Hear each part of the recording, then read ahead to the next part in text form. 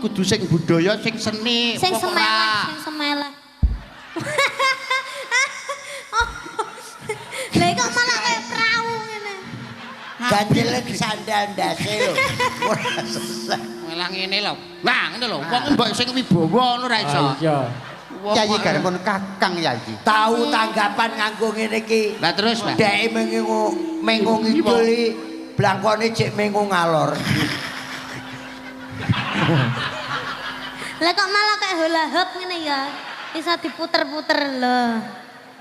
Menak. Menak. Pangku Mas. Kelo, njaluk pangku kelo. Alah. Gage. Dagono. Alamat dipisui mamo meneh ki engko. Sapa? Kancaku e. Ah.